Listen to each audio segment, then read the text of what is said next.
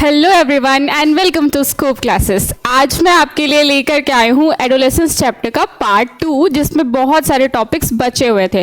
तो चलिए कवर करते हैं। सबसे पहले क्या है, roles of hormones in initiating reproductive function. Hormones का क्या रोल होता है रिप्रोडक्टिव फंक्शन को इनिशिएट करने में, आज हम वो पढ़ेंगे। तो यहाँ पे एक चार्ट के फॉर्म में हमें एक डायग्राम मिला हुआ है, तो हम इससे समझते हैं। जैसे सबसे पहले हमारे पास है पिट्यूटरी ग्लैंड, जिसे हम कहते हैं मास्टर ग्लैंड।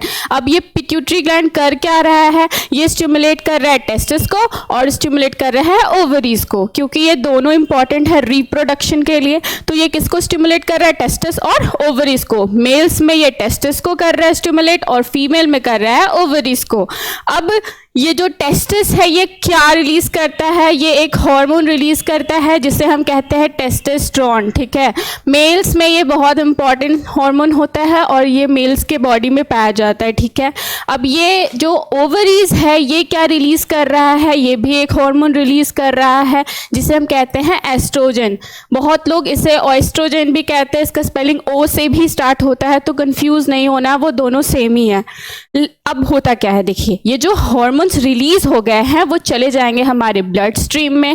ब्लड स्ट्रीम में जाने के बाद वो हमारे बॉडी पार्ट या फिर जो हमारा टारगेट साइट है वो वहां पहुंचेगा एंड फाइनली ये क्या कर देगा, स्टिमुलेट करेगा changes in the body at the onset of puberty. Clear है, बहुत बढ़िया। अब चलिए आगे जानते हैं क्या क्या है। ये देखिए, ये है reproductive phase of life in humans. Human के लाइफ में ये जो रिप्रोडक्टिव फेज होता है वो कैसा होता है, तो आज हम उसके बारे में पढ़ेंगे। सबसे पहले जो एडोलेसेंट्स होते हैं वो कैपेबल कब होते हैं रिप्रोडक्शन के लिए, मैंने ऑलरेडी बता रखा है, जब वो गैमेट्स रिलीज करने लगते हैं। उनके जो ऑर्गन्स हैं, उनके जो रिप्रोडक्टिव ऑर्गन्स है, जब वो गैमेट्स रिलीज करने लगते हैं तो वो कैपेबल हो जाते हैं रिप्रोडक्शन के लिए।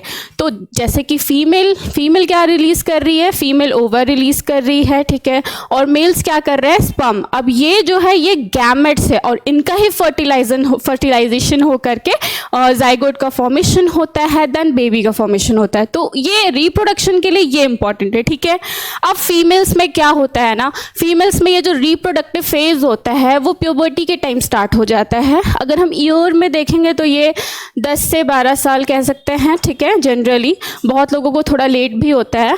और फिर ये एंड कब करता है, ये कब तक रहता है, तो 45 to 50 ईयर्स तक ये चलता है कंटिन्यूसली। ठीक है, अब होता क्या है, 28 to 30 डेज में हमारा जो ओवरी है वो एक एग रिलीज करता है जिसे हम कहते हैं ओवा। ठीक है, और जब वो एग फर्टिलाइज नहीं होता है तो वो किसके थ्रू निकल जाता है, वो ब्लड वेसल्स के फॉर्म में, ब्लड के फॉर्म में हमारे बॉडी से निकल जाता है, जिसे हम मेंस्ट्रुएशन भी कहते हैं, जिसे पीरियड्स भी कहते हैं।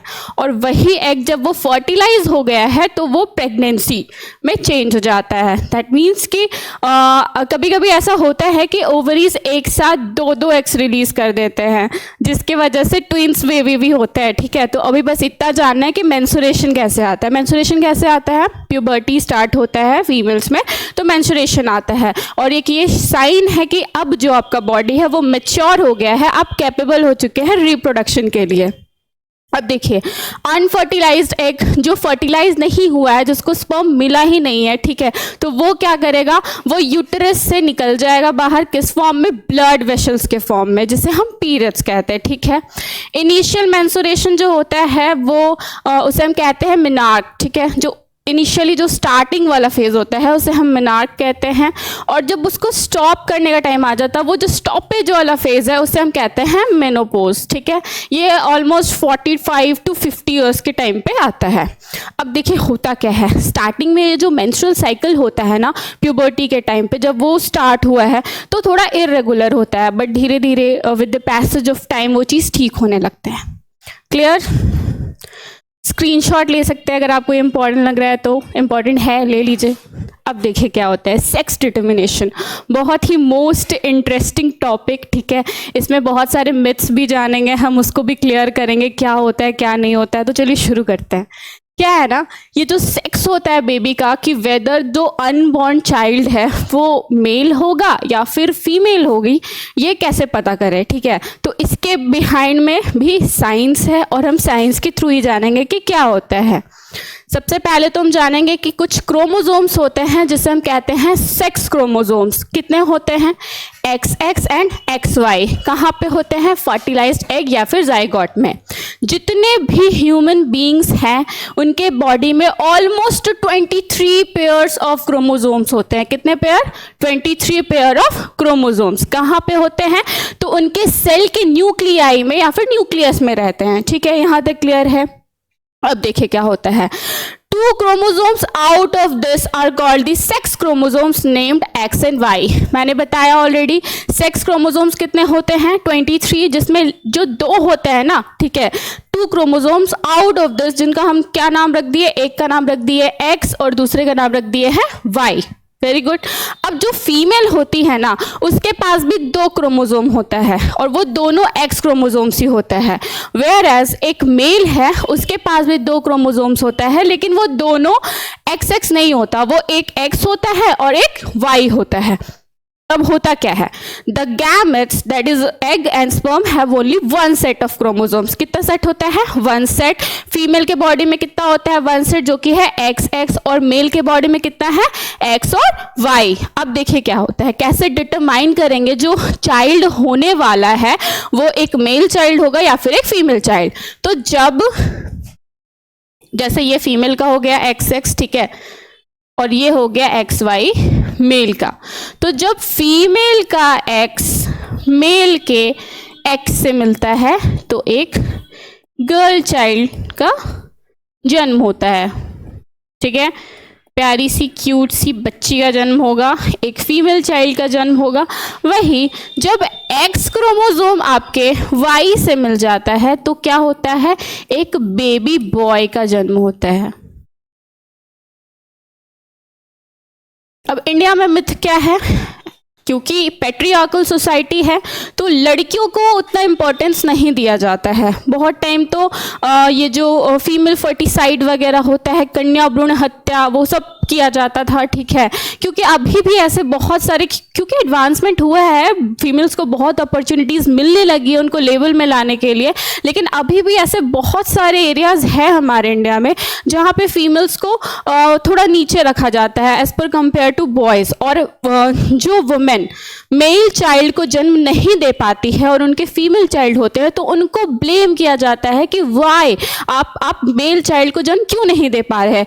इसकी वजह से उनको बहुत ही बुरे तरीके से ट्रीट भी किया जाता है और एजुकेशन ना होने के चलते लगातार उन्हें प्रेगनेंसी जैसी चीज़ों से जूझना पड़ता है विथ प्रॉपर गैपेज। क्योंकि हमें पता है कि प्रेगनेंसी के लिए एक आइडियल एज 3 से 5 साल का होता है, जब आप एक बेबी ऑलरेडी कर चुके हो और उसके बाद आपको दूसरा बेबी करना है तो उसके लिए एक आइडियल एज होता है। बट क्योंकि अगर गर्ल चाइल्ड जन्म ली हुई है और उनको मेल चाइल्ड चाहिए तो वो लगातार फोर्स करते हैं कि जब तक अनलेस कि आपको एक मेल बेबी बॉय नहीं मिल जाता है, वो फोर्स करते हैं कि आप ये चीज़ करते रहो, जिसमें कि हमने आपको पढ़ा रखा है और आप भी पढ़े लिखे हो, आप भी समझदार हो। फीमेल बिल्कुल भी रिस्पॉन्सिबल नहीं होती है कि ये जो चाइल्ड होने वाला है वो मेल होगा या फीमेल। ये टोटली डैड या फिर जो पापा होंगे उनके क्रोमोसोम्स पे डिपेंड करता है। तो आई होप आप लोग भी ये चीज़ को जानेंगे और अपने आसपास भी जहाँ पे ये चीज़ एजुकेशन के फॉर्म में बताएंगे कि ये जो सोसाइटी में जो डिटर्मिनेशन, जो ये जो डिस्क्रिमिनेशन हो रहा है, इसको दूर किया जाए, ठीक है।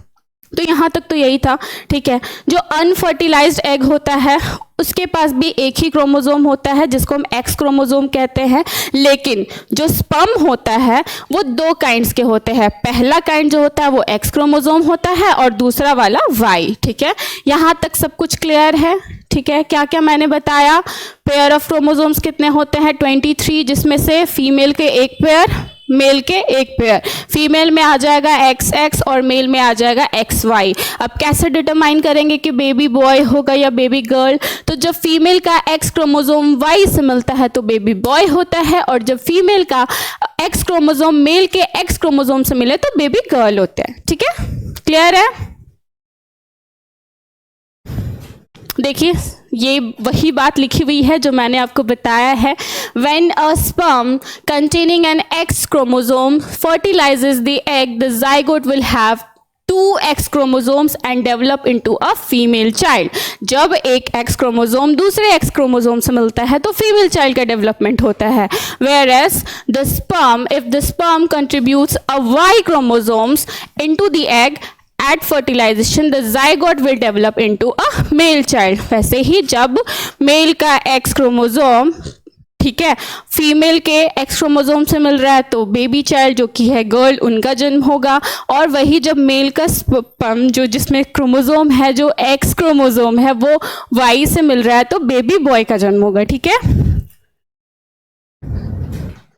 ये चार्ट के फॉर्म में आप देख सकते हो, ये एक फादर है, ये एक मदर है, इसके पास एक पेयर है क्रोमोसोम का और इसके पास भी एक पेयर ऑफ क्रोमोसोम है। इसमें एक्स में क्या है, मेल के पास क्या है एक्स और वाई, ठीक है, और फीमेल के पास क्या है एक्स एक्स। जब एक्स वाई से मिलता है तो क्या बनता है, बॉय बनता है, और जब एक्स एक्स से मिलता है तो क्या बनता है, गर्ल। अब देखिए, अब ये क्या है, रिप्रोडक्टिव हेल्थ, क्योंकि एडोलेसेंट्स को उनका जो ग्रोथ होता है इस एज में बहुत रैपिड होता है तो उनको बहुत ही बैलेंस डाइट लेने की ज़रूरत होती है, तभी जा कर के उनका जो बॉडी होता है उनको एक अच्छा परफेक्ट बॉडी मिल पाता है, उनका हाइट का ग्रोथ बढ़िया होता है। तो हम यही जानेंगे कि क्या क्या होता है रिप्रोडक्टिव हेल्थ। ठीक है, तो जो फिजिकल और मेंटल वेल बींग होता है एक इंडिविजुअल का, उसे ही हम कहते हैं हेल्दी। ठीक है, एक हेल्दी बॉडी कौन सा होगा, जो मेंटली और फिजिकली दोनों तरीके से फिट होगा। ठीक है, अब देखिए बॉडी को हेल्दी रखने के लिए क्या करना होगा। Every human being at any age needs to have a balance diet. हमें क्या चाहिए, हमें बैलेंस डाइट लेना होगा, तभी जाकर के हमारा जो बॉडी है वो कैसा रहेगा, फिट रहेगा। ठीक है, और साथ ही साथ हमें फिजिकल एक्सरसाइज भी करना चाहिए, ये भी बहुत ज़्यादा इम्पॉर्टेंट है। अब हम एक एक करके जानते हैं क्या क्या इम्पॉर्टेंट है। सबसे पहले हमारे पास आता है nutritional needs of the adolescence, मतलब एडोलेसेंस के न्यूट्रिशनल नीड्स क्या क्या होते हैं।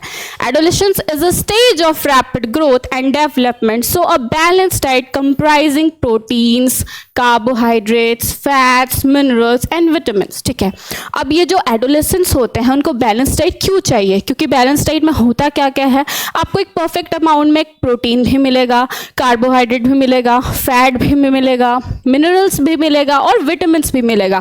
अब ये सारी चीज़ें बहुत इंपॉर्टेंट है, तो इसीलिए कहा जाता है कि अगर आप एक ग्रोथ वाले पीरियड में हो तो आपको बैलेंस डाइट लेना है। When you are in a phase of puberty, when you are an adolescent, तो आपको प्रॉपर डाइट मेंटेन करनी होगी। ठीक है, उसके बाद क्या होता है, आपको ऐसे फूड लेना है जिसमें आयरन ज़्यादा हो, क्योंकि आयरन ज़्यादा होगा तो उससे ब्लड बनेगा, जाहिर सा बात है। फिर आपको लीफी वेजिटेबल्स लेना है, जैगरी लेना है, गुड़, वो भी बहुत हेल्दी होता है। देन मीट ले सकते हो आप, और फिर बहुत फेमस है इंडियन गूसबेरी, आप ये सब भी ले सकते हो। एडोलेसेंस फेज में ये बहुत ज़्यादा इंपॉर्टेंट होता है।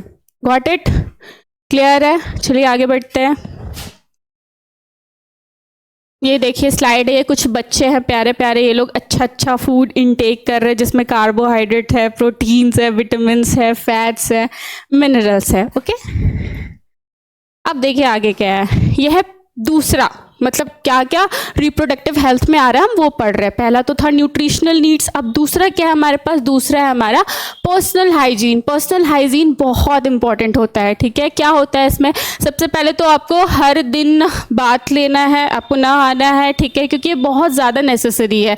जब एडोलेसेंट फेज में एक बच्चा होता है तो उसके स्वेट ग्लैंड्स एक्टिव हो जाते हैं, बहुत ज़्यादा स्वेटिंग होने लगती है और फिर बॉडी से स्मेल भी आ सकता है। तो इसीलिए कहा जाता है कि एडोलेसेंस में आपको ये हाइजीन मेंटेन करना बहुत इंपॉर्टेंट है। आप रेगुलर बाथ लो, ठीक है, और सारे पार्ट्स जो होते हैं बॉडी के वो शुड बी वॉश्ड, वो साफ होने चाहिए, साफ सुथरे होने चाहिए। ठीक है, तीसरा क्या इंपॉर्टेंट चीज़ है, फिजिकल एक्सरसाइज। फिजिकल एक्सरसाइज बहुत इंपॉर्टेंट है। जो एडोलेसेंट्स होते हैं उनको वॉक करना चाहिए, एक्सरसाइज करना चाहिए, साथ ही साथ वो आउटडोर गेम्स ज़्यादा खेले, उससे क्या होगा, उनका ओवरऑल ग्रोथ होगा। ठीक है, और उनको फिट रखने में हेल्प करेगा। अब देखिए चौथा क्या है, से नो टू ड्रग्स। अभी बहुत ज़्यादा ये क्रूशियल टॉपिक है।